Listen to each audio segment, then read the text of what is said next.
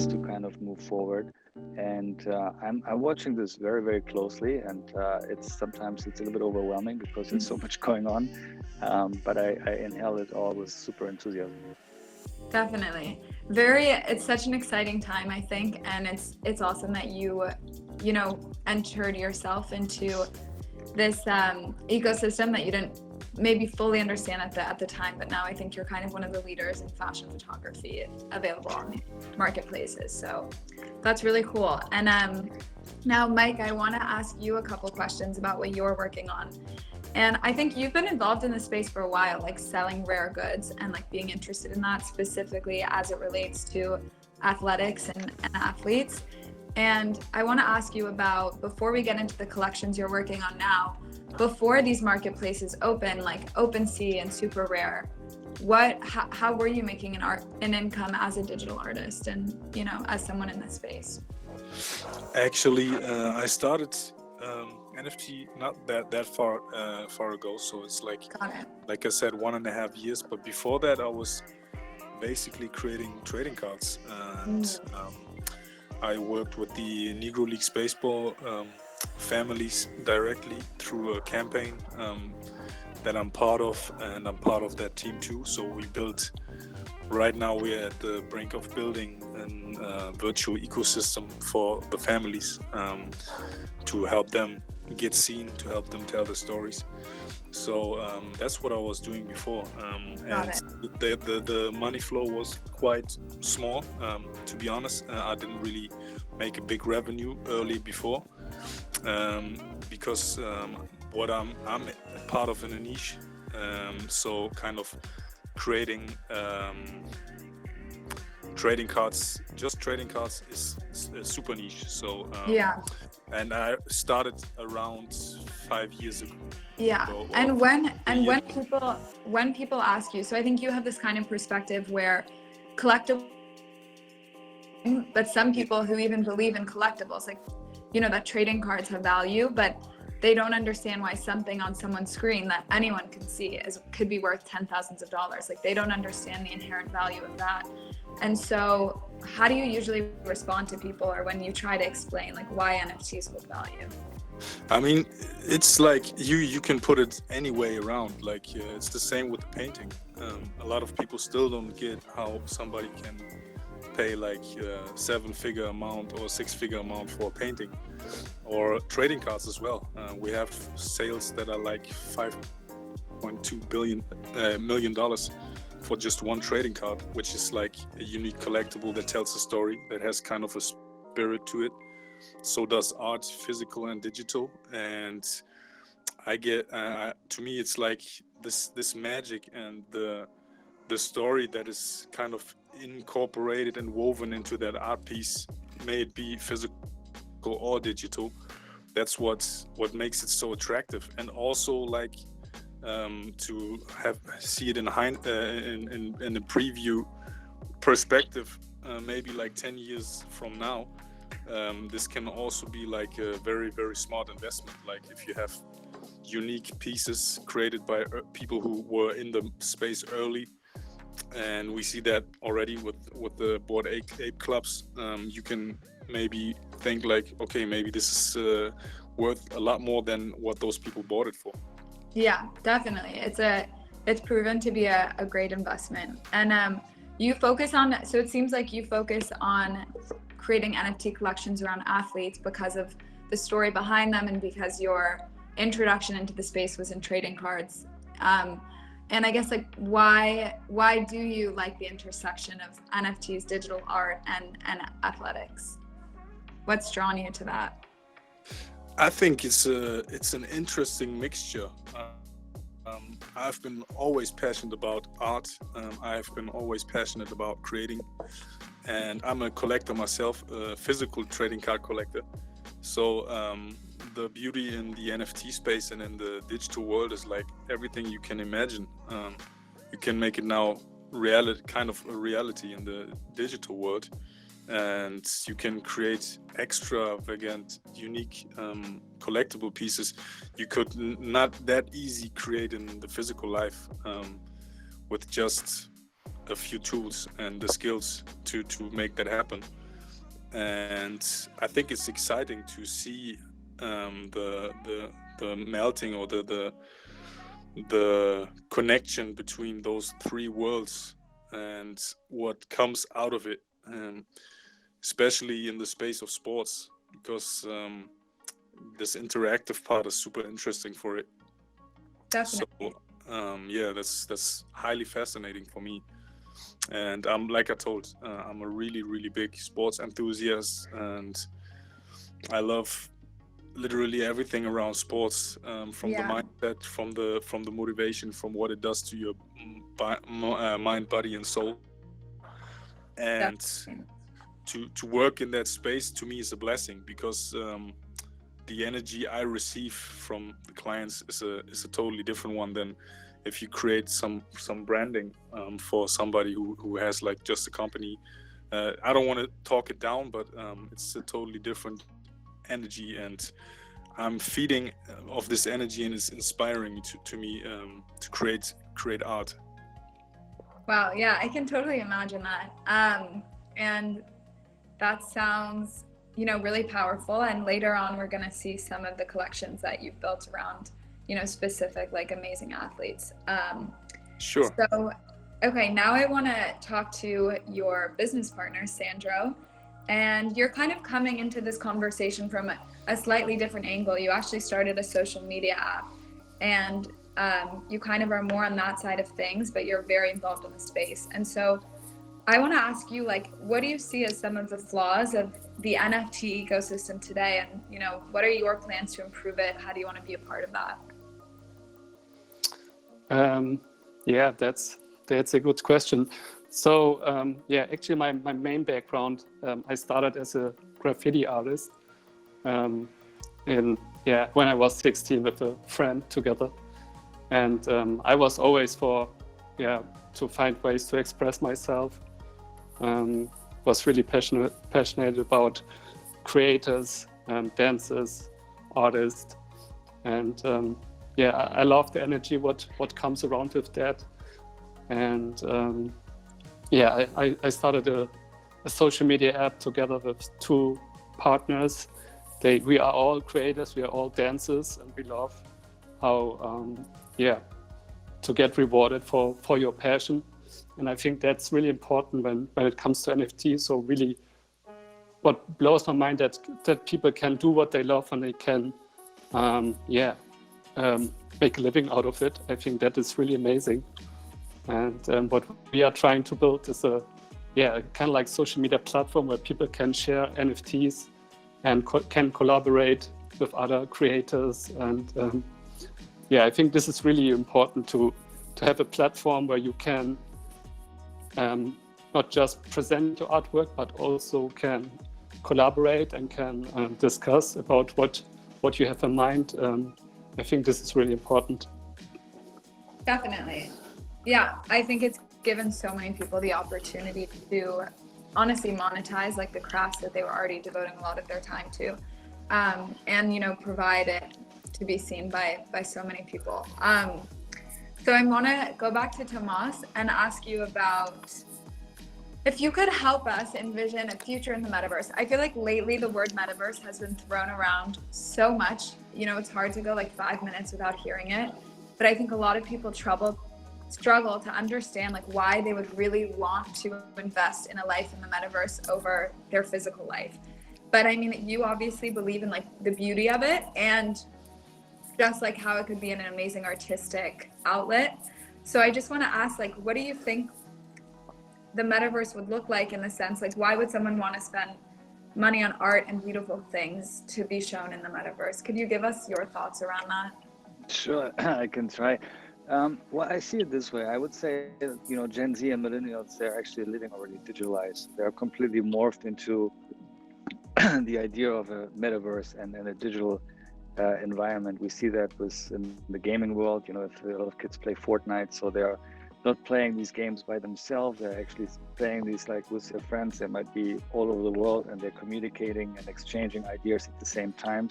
So I think it's already a digital life. So I think when you're like live a digital life, I think the next step in the evolution is actually that you also want to showcase like your digital possession. So I would just think or imagine that, you know, if this generation, like Gen Z especially, they might just see it from a completely different angle. They might not be able to understand that people would buy art for millions and then tuck it away in their loft where only their closest friends would see it. You know, I think for them it's just like mind blowing, because it's, if you spend so much money, you want to show it with and have everybody admire it. And I think that is actually really fascinating, because I see a big opportunity also to connect art with like a completely new audience, because I think there are many people like also on other continents that maybe don't have the opportunity to go into the Louvre, to go into galleries, and it's a very kind of close niche kind of circle. So I think what we see now, I'm a lot in Twitter spaces, and I'm just like blown away like where all these artists are coming from, and out of Iran, out of Africa. So I think that there is a possibility also for these people now to create art, and also that they're able to sell it actually in the metaverse. I think that's really, really fascinating.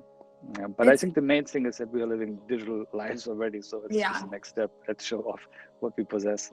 Yeah, it's so true. I think first of all, it's like actually has the ability to democratize access to art so much, and just allow way more people to, like, you know, be a part of it and enjoy it. But it's true, like my friend's younger brother, we were talking to him the other day, and he was like, I would much rather buy a pair of like cool shoes on Fortnite or like a cool skin than like have that in real life, and then like everyone you interact with sees it. So I think that shift is totally already in progress. Tomas, I think you're completely right about that. And I feel like 15 years ago, people would have felt the same way about Instagram. Like, why would I ever, you know, spend the time to post photos for people to see it? Like, it didn't even make sense. And now it's just something that's actually like aligned with our kind of societal desires and, like, you know, how we live our life. Like if you're in a cool place, you will take a picture to share it. So yeah, we're definitely already on out. Sorry, Super Rare has a great slogan that says everybody can view it, but only one person can own it. And I think that kind of nails it, you know. Definitely. Yeah. Okay. So Lee, I want to circle back to you and ask you about, there's a highly technical aspect of being a digital artist that I think probably prevents some people, and it can seem daunting to, you know, artists or musicians or whoever it is that probably is interested in entering the NFT space or the digital art space. What's your advice for people that, you know, want to get involved, don't feel like they have the technical skills yet? What are some easy steps for them to take to start getting involved, start learning? Yeah, so I think I sort of see things that, in a sense, like painting and paint and canvases and other art tools are also technology that need to be mastered. And to a certain point, like canvas and oil paints would intimidate me, because I've never really been much of a painter and haven't done that before. So if you think about all artistic technologies as being as comfortable to you as they can be, based entirely on the amount of time you spent learning it, then it really is just a case of don't separate it and think that just because there's a computer involved, it's something that isn't inaccessible to you.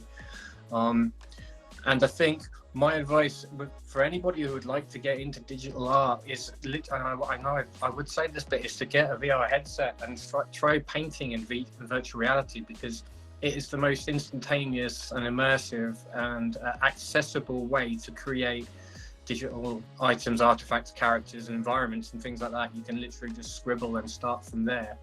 And then you just, I mean, that's how I did it. And then you just figure out, how can I make it look nicer?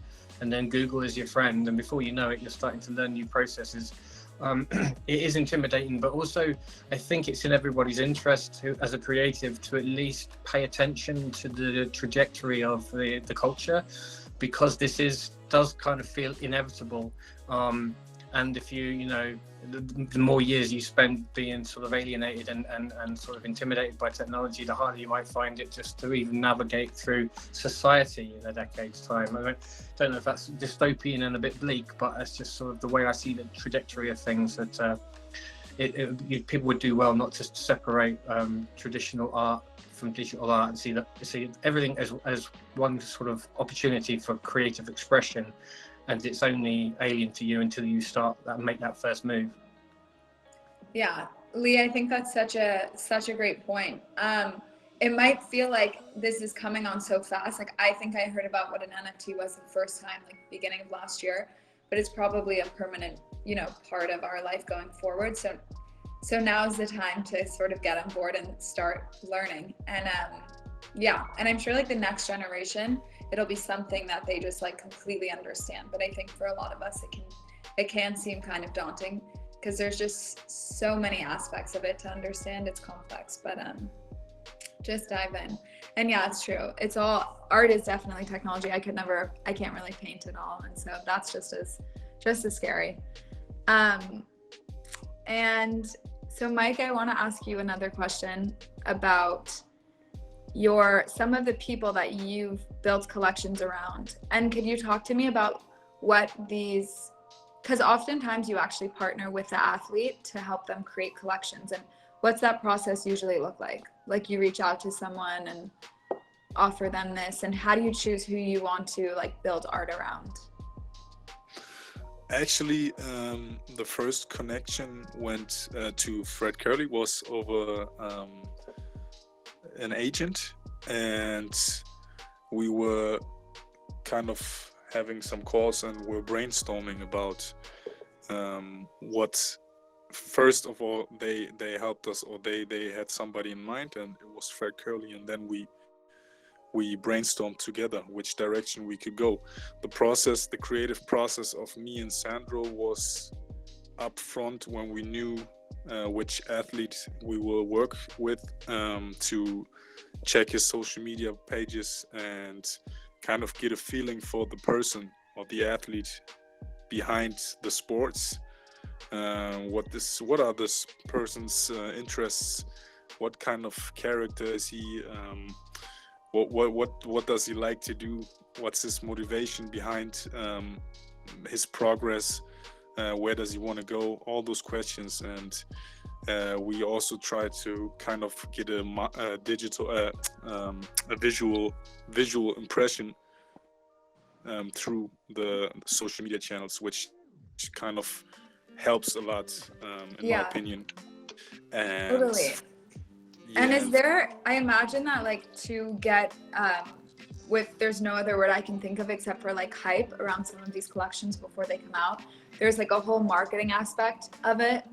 And how has that been? Because it's not just about releasing them on these marketplaces, it's also about securing an audience that will be interested. Mm-hmm. Absolutely. So Fred Curley came with a pretty huge following on social media, which was. And could you tell us a bit, for people who don't know, like what Fred Curley has done? Oh yeah, of course. Sorry, should have started there. Fred Curley is an Olympian athlete. He won the silver medal in 100-meter sprints on Tokyo 2020 last year. And the special thing about him is that he's holding records in 3 disciplines of running: the 100 meters, the 200 meters, and the 400 meters. Wow. So, and he's still pretty young. So I see so much potential in him, and he could be like the next great superstar in track and field. So he comes with a lot of potential, and he has a really, really good mindset. Seems to be super coachable, and he's very dedicated and committed to his craft, and is a very, very nice, humble young man. So it was really great to work with him and get in contact with him and kind of create this campaign. So yeah, he's an amazing athlete and an amazing human being. And so the marketing campaign was mostly done through his following that he had. Yeah, exactly. We mostly relied on social media in this case, and like preparing the graphics for the social media ads, or kind of like to get the attention of his following and create a little hype around that. And that was basically the main tool that we used. But of course, there are like different strategies to do it. And I think like Discord and Telegram makes totally sense to expand the impact you can make to create like this culture and community that you want to draw onto. Yeah, that makes total sense. And Fred sounds like an awesome guy, but that's really cool that he can also like monetize early in his career by building this community, and you know, his biggest, truest fans can feel like they have some, you know, ownership and like deep connection into his sport and who he is by owning these NFTs. And I'm excited to, you know, see some of those afterwards. And Tomas, I want to ask you, we're gonna start wrapping up soon to go into the gallery, but what's your advice for, we talked about, you know, people who don't understand the space, how they can get involved and how you guys got involved as artists, but what's your advice for, you know, digital artists that are starting to put pieces up like onto some of these marketplaces? Do you have any thoughts or advice about, you know, how to get traction, how to understand like what people want to buy? Yeah, I mean, I would look, you know, also at the different marketplaces and see, you know, what sells most, and then also see if that's actually a niche for yourself with whatever art you create, whatever style you present. For example, photography, I think Foundation right now is pretty strong. I think Super Rare as well. But so I think it's finding like the platform you want to anchor on. Even some of them are, I think, really difficult now to get into. So I think the open one is OpenSea. Obviously, it's a good starting point because everybody can mint there. In terms of marketing, I mean, I think what you just mentioned, if you can bring somebody on board, if you can start collaborations with other people and kind of get also the advantage of their following, I think that's a very, very smart move. So I see a lot of collaboration. I just did a collaboration with a composer. So just trying to kind of get other people on board, because that also expands like the horizon to their network. What I think is what I'm doing myself right now, and what I see gets a lot of traction, is Twitter Spaces. It's a great platform to listen and learn, because a lot of NFT related spaces, you don't need to participate. But I think it's also a great way for NFT artists to actually engage in conversations, build a community. I think this is really, really key, and I think this is the main difference from coming from the Instagram world now to Web3. It's not anymore just about like posting an artwork and hoping that somebody will like it. This whole idea of community building, I think we see this now on Twitter, especially on Twitter Spaces.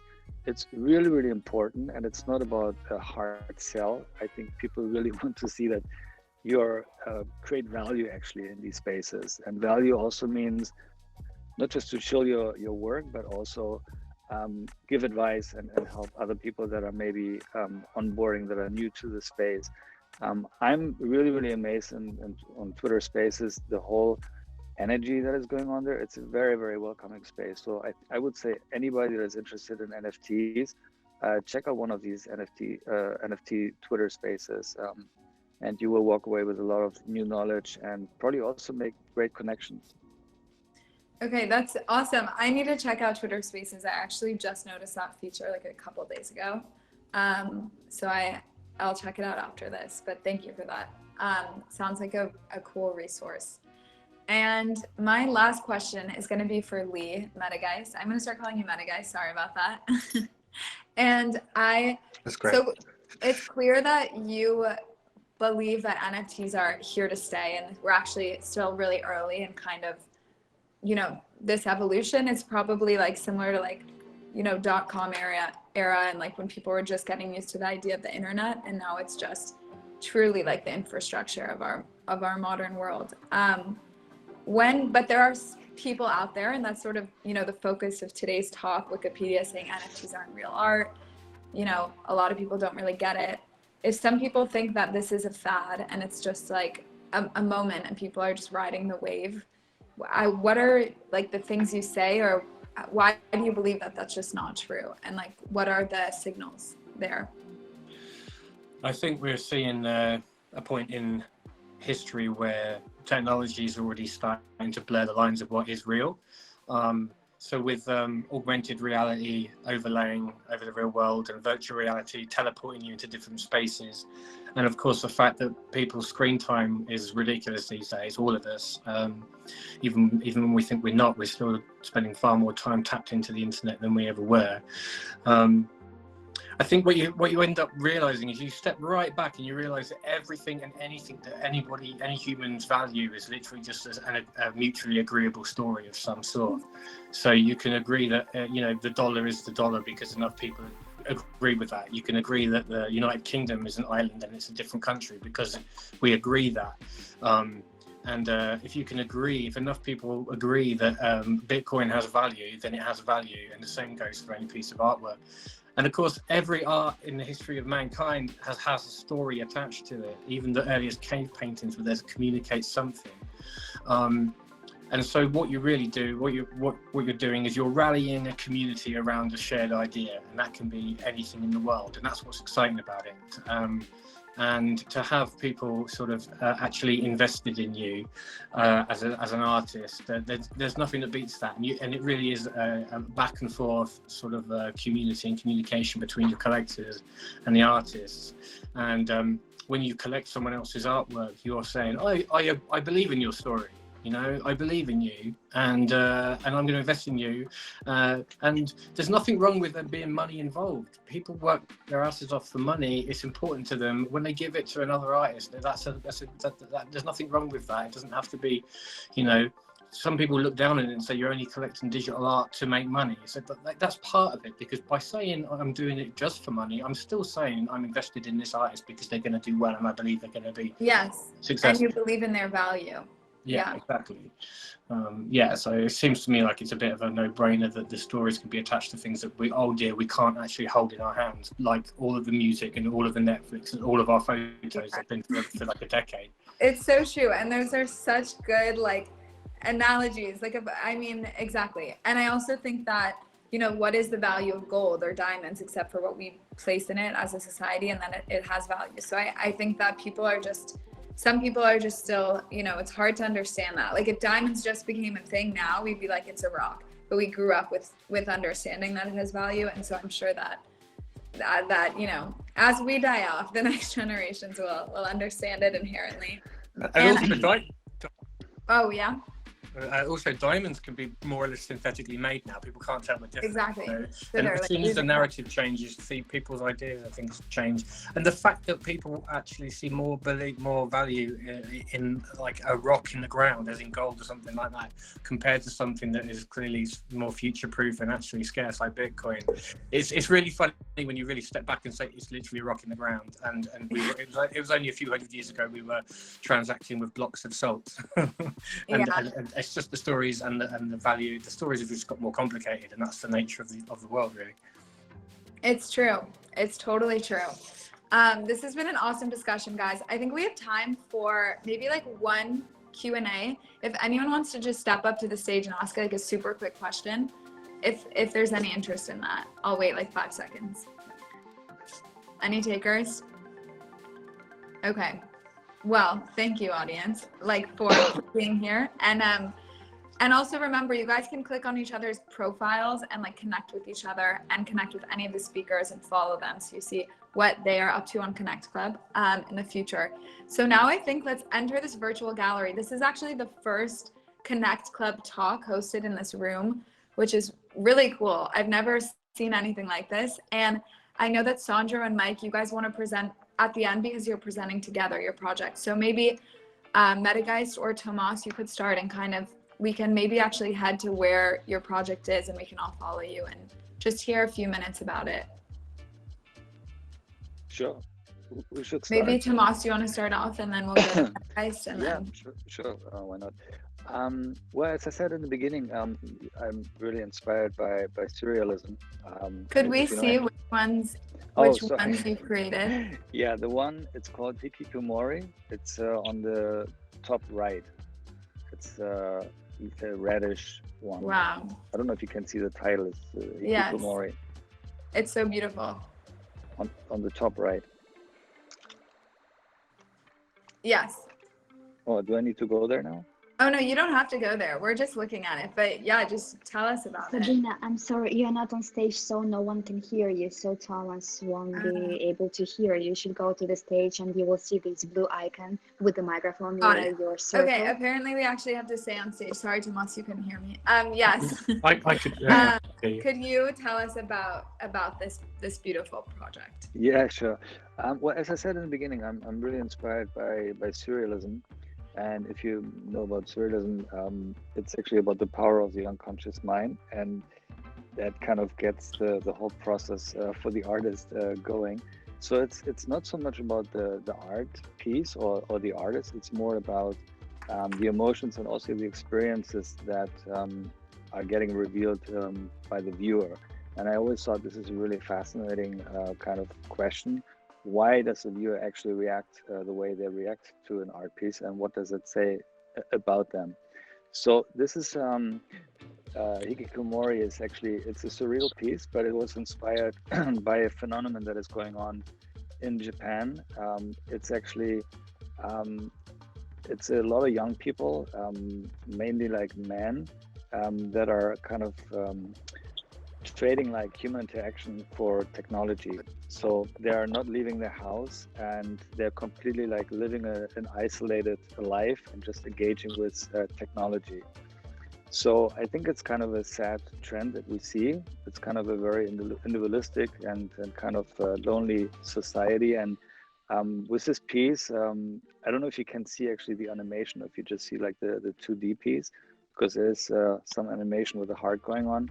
So I kind of just wanted to raise the question: if we're heading in this direction, what's going to be next? Are we going to replace like our partners with like virtual robots? And you know, what would the future look like if AI like algorithms help us to find our like future partners?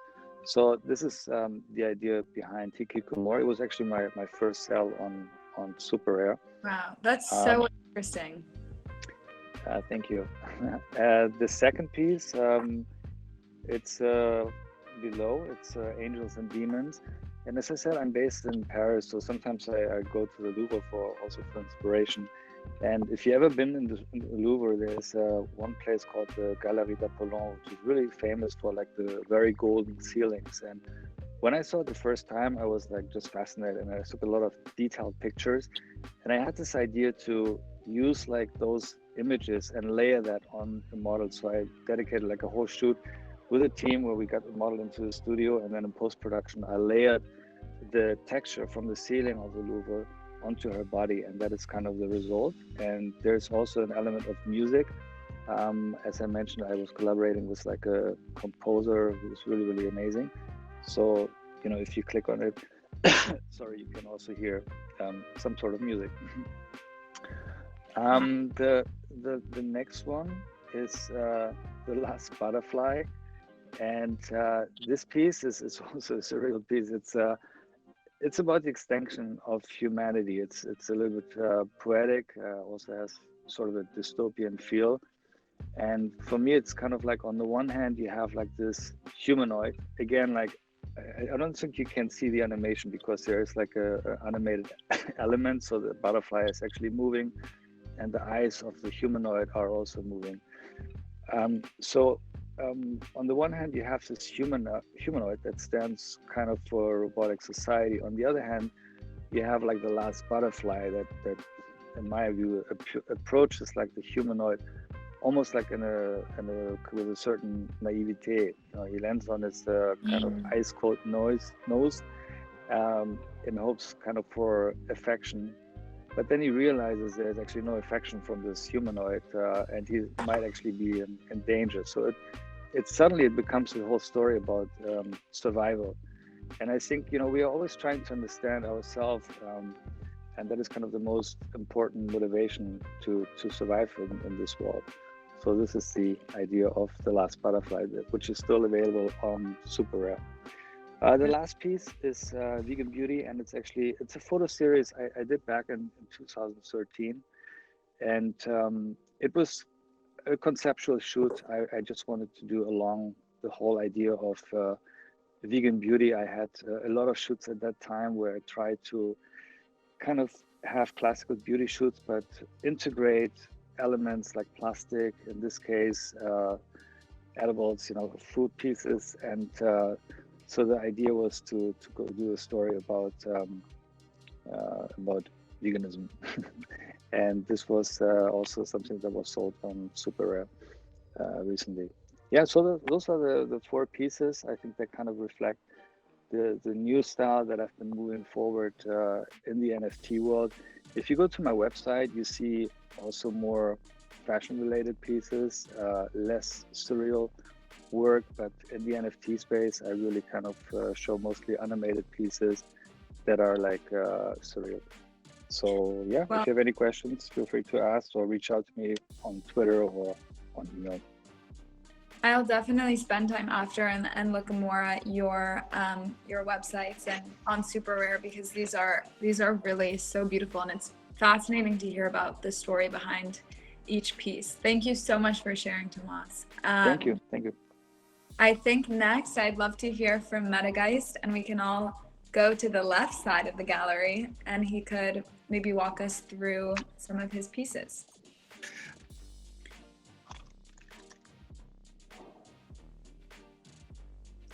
And I think he might have to be on stage to. Can you please kindly step speak on the stage so everybody can hear you? Perfect. Okay, so okay, I'll wait to stand in front of my art. Cool. Yeah. All right. So my stuff is very much in keeping with the theme of the talk. Ever since I started playing with virtual reality tools, I've been exploring how that makes me feel, and how I'm excited. I'm extremely excited by the metaverse, but also think it's something that we should be. It's just it's a tool, right? It's technology. It can be as good as it can be bad. I actually used to teach I did workshops in old people's homes and schools to teach the benefits of connecting digitally, and so I fully appreciate all the good side of things. But I also like to think of this simulation in the future being something that runs rampant and sort of like evolves on its own out of our control. So this first one is actually one of my most recent ones. It's a 2-dimensional thing that I did while traveling I curated a Sorry, I got out of my speaking chair. I created a show in New York in November, and I drew this on the way there in the plane and in the hotel rooms. And it's just a bunch of characters that exist in a simulation. And the idea that I'm going to build a much longer story behind this. All of my pieces sort of exist in this sort of world that I'm building, and I like to think of a self-sufficient sort of artificial intelligences that are trapped in like an overheating computer long in the future, and as they traverse around like these empty landscapes, they sort of like render and write the environment into existence around them as they travel. So it's sort of like it's referencing the idea of like the Schrodinger's cat sort of thought experiment that nothing is sort of truth until it's witnessed, in the same sense that light is a wave until it's witnessed, and it's particles. So these creatures live in a simulation, and as they move around the simulation, it sort of pops into existence. It also gives me a nice excuse for like some of my artwork being sort of quite naive and rudimentary, because they are actually all made in VR. So all of my characters, apart from this top one, which is hand drawn on Procreate, the rest are all modeled in tilt brush or gravity sketch. So they're actually metaverse native. So if you move down to the next one down, this is actually a still from a film. Well, it's an animated piece. It's only a minute long, but it was all hand sculpted and painted in 3D and gravity sketch on an Oculus Quest. And it represents the Hierophant from the tarot, from the major arcana of the tarot cards.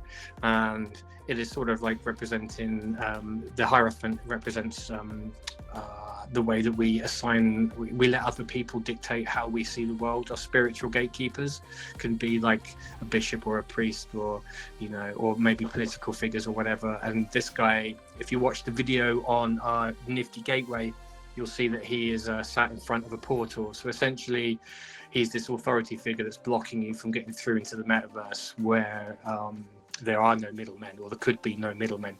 So it's kind of like a response, in a sense, to what was obviously going to happen soon, and has happened sooner than I expected, in the sense of Facebook sort of like leading the charge and trying to sort of like create a walled garden and call it the metaverse. So yeah, that's on Nifty Gateway, and it's got a bespoke heavy metal soundtrack by some friends of mine in a band. I got them to write some music for it, and it's kick-ass. And then should we move down? Yeah. Cool. The one below it is Saracenia Vortex. Again, it's the... Oh, we can't hear you. Sorry, I keep... Don't worry. I think they're working on that feature, but... Yeah. We're in the first demo. Yeah, no problem. Saracenia Vortex it's a portal, basically, designed to... the idea is that it is inspired by carnivorous plants, and it is sort of like tempting you to sort of cross through it, and it's just playing with the idea that the metaverse is something that has a mind of its own, and it wants us to join it, it wants us to be and jump through it. And this was sold at auction for 1.5 ETH on the first dibs, which is a new one-of-one platform that have been selling one-of-one paintings and sculptures by people like Picasso and various other world-famous artists for 20 years, and they've just dipped their toe into the NFT space. So if you're interested in fine art one-of-ones from a brand that have been selling art for decades, then that's a really interesting platform to explore. And I curated their first show, which was all around the subject of portals and the metaverse. It's literally called Portals, and we had like a more or less a sellout show, and some people sold some artworks for ridiculous money. A friend of mine who I got into the show sold his first Genesis piece for $60,000. So it was a crazy show. Wow. And then the last one at the bottom is Soothsayer. He's like a humanoid character. Again, he's been painted in virtual reality, all painted in Gravity Sketch. And he's representing like a humanoid form that is sort of walking around the sort of barren deserts of the early metaverse. And as he looks at things, because he's a soothsayer, as he looks at things, he sort of like creates things like polygon by polygon into existence. So it's kind of like a mystical, magical sort of thing, but very sort of like technological focused as well. And he is actually the third evolution. If you look at my Nifty Gateway collection, I've done 5 or 6 drops, and they're all actually the same characters. They've evolved over time, and he's actually evolved from like this crazy little spider character from my second series of collectibles, and now he's become this humanoid character. So there's a lineage with all of my characters going back through time, so that when it comes to the point where I've actually started to create an immersive space to explore, like a game of some sort, or maybe a series of immersive galleries, then you'll be able to see that there's actually a history going back through time and a lore for all of the pieces, and it's all sort of self-referential. So yeah, Soothsayer is actually, I did this when I was really anxious and stressed, and I just let go and started scribbling and did it all through the night, and it's one of my favorite pieces. Yeah, it's pretty powerful. There's so many layers, like as you zoom into it. Really very cool meta, guys. Thank you. Thank you. And okay, so I think we're gonna see our center collection now, which is Sandra and Mike built it together.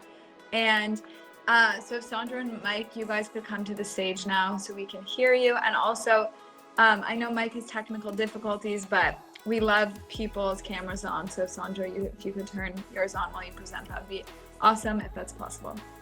And let's get into it. Guys, if you don't mind, I'd like to take a minute and remind how to use our app. You can move around the room by tapping any empty space. You can express your emotions with the emojis. Also, you can zoom in to see the paintings a little bit closer. And also, you can tap the painting and you will see it full screen, the description of the painting, and the link to the source where you can find a lot more information about the painting. Thank you. Okay, thank you so much for clarifying that. Thanks. That's cool that you can go full screen with it. Yeah, perfect. Yeah, I would say Mike can start maybe with the top one, so we can start from the top to the bottom. Yeah, let's start that way. I think it's easiest if I say something and you just add something from your perspective. So this This is actually one of the early pieces we created. The thought process behind this, it's a so the special part of this campaign for Fred Curly was that we created everything in the physical and the digital. So we had like this idea of giving people who are really into physical collecting, which is a huge thing right now since the first lockdown situations. The hobby of trading cards really gained traction and grew massively. So we wanted to make sure to create pieces that are also physically available for people, for collectors. And the main thought process behind this piece was to kind of, or behind the three pieces, the three trading cards we created, was to kind of show that it's a track and field running art piece from a professional athlete, and kind of make him stand out in a pretty glory way, if you want to say it that way. And we used those small squares and details up front to give it more space, and also add the metals from the metals. Like you have the gold, you have the silver, and you have the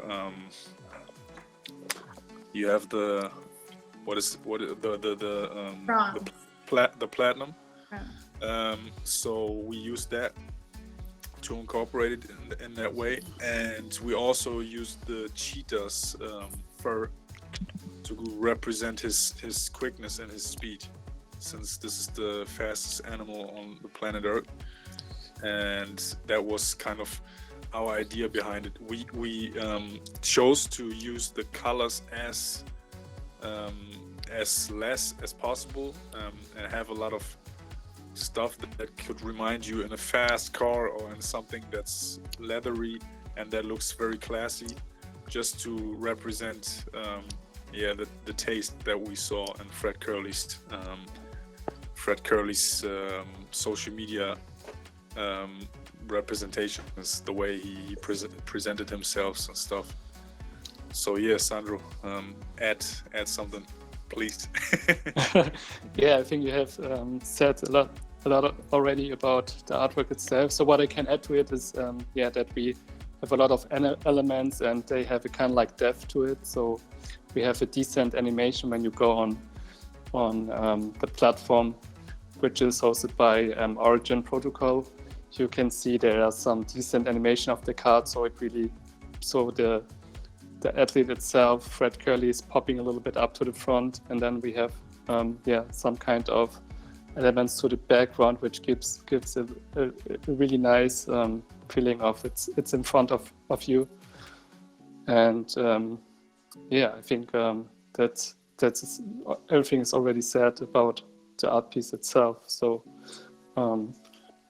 I think one thing we forgot to say is like this is actually an image or showing him finishing the race, the 100 meter sprints when he was second. So this is an iconic moment that we captured, which is very essential. And it's a piece of history, if you want, like a little piece of sports history. Wow. Exactly. What was the challenge already also was the logos we have in this artwork. So it was we had a little back and forth with the Olympic logo. Always keep in mind when you're working with brands or something like this to have the rights of the brands to put it on the artwork. So we had a little trouble with that, but at the end we are really happy with the piece at the end. Yeah, I think it's really powerful, and like the way the light reflects off of him is just beautiful. And okay, could we go to the next one? Of course. Sandro, you wanna start or shall I start? I think you can start. Oh, okay. Yeah, this is the platinum piece that we created, or the platinum trading card. and you also have the elements of the track, the actual track that the sprinters are running on as design elements. And we also incorporated his personal statistics and the times he ran on races before, and also the one he raced. And this was a personal record of his. So what we did here was showing him in a portrait way, and also designing like redesigning the jersey that he's wearing. And this is also from the row of the trading cards that were animated. So if you go to the actual website, which is based on Origin, you can see the animation of all those cards, which is way more impressive than just looking at the 2D version. And yeah, you can see like all the details, the light reflections and the beautiful holographic effect and stuff. So you can really enjoy it. Yeah, that's the second piece. And I pass the torch to my business partner, Sandro. Yeah, I think we can jump to the third piece. So it's the medal. It's a platinum medal of Fred Curley. And essentially what it is, so when you go on the page and see the animation, you see how Curly is flipping into a cheetah. So we really want to bring this kind of like emotional thing where you can see the power behind the athlete and see how so actually to bring his fire into this artwork. And this cheetah really represents the power of him, I think. Essentially to give his own signature. We have the signature on the medal, and on the back side, what he always said is kind of like say no more. It's this kind of like slogan. So his says speaks for himself. So that was the kind of motto of this whole campaign also. And so. Very cool. And afterwards, I'll go and check out the animated versions. If you click on it, you can go to more info, and then it'll take you there. Absolutely, you should. It's really, really nice. It's way more impressive than just seeing the images in 2D. So yeah, that brings us to the last piece we have, which is a totally different piece, as all of you can see. It's from our actual client, or the actual athlete we are partnering up with. His name is Marquise Dandy. He's a super nice guy too, and he's a two-time Olympian as well. And he does long jumps. And he's a big anime fan. He's a big trading card collector and fan. And he reached out to us and saw the Fred Curley collection and was amazed by it. And yeah, he asked us if we can work together, and we said sure, of course. And the process was a little bit different this time. We had since the contact is more direct, and he has a lot of ideas. He's very enthusiastic about NFTs as well, and does a lot of research himself too, as much as he has time besides his practice sessions and the tournaments he's participating in. And yeah, it's really fun to work with him, since we kind of go for a more colorful way, and this is more playful. And also this campaign will come with some more utility. For example, we're planning to have at least one athlete training camp with him, that the people that purchase the car can participate. So we have like 11 different cards in this. We'll have 11 different cards in this collection, and some of them come with those special utilities, and some of them come with extra bonuses. So it's gonna be a lot of Easter eggs in this collection, and people really enjoy it, and we enjoy the process of creating it. So right now we are still in the 2D development phase, but we will bring it to 3D soon. And yeah, you can yeah. I love how the design is so different between the two different athletes. Like you can tell that you're kind of taking their personal tastes and definitely like transfusing that into the NFT. Yeah, definitely. That's pretty much important, since that's kind of what we do for the athletes. Like this is our goal to help them bring, if they have a vision, help them bring their vision into the metaverse or the digital world, and put our creative touch and artistic touch to it, and make it look as unique and special as possible. Well, I think this has been so cool to explore all of your beautiful pieces and projects in this art gallery. And, you know, I think we're done with the speaking portion, but everyone should feel free to just take a closer look. Go look at the more info and see, you know, what you could buy and what you can see in 3D. And just follow these artists and keep track. And I think there's another event tomorrow for the NFT Club, and if not tomorrow, in the coming days. So make sure to follow NFT Club so you can go to more things like this and, you know, meet people in the space and learn more and be exposed to like so many people's individual knowledge and takes on, you know, this exciting future that we're now on track to. I think that's it for me. Thank you so much, Mike, Lee, Metageist, Sandro, and everyone for being on today. It's been I'm very honored to be here with you guys. Thank you. Really enjoyed it. You. I hope we can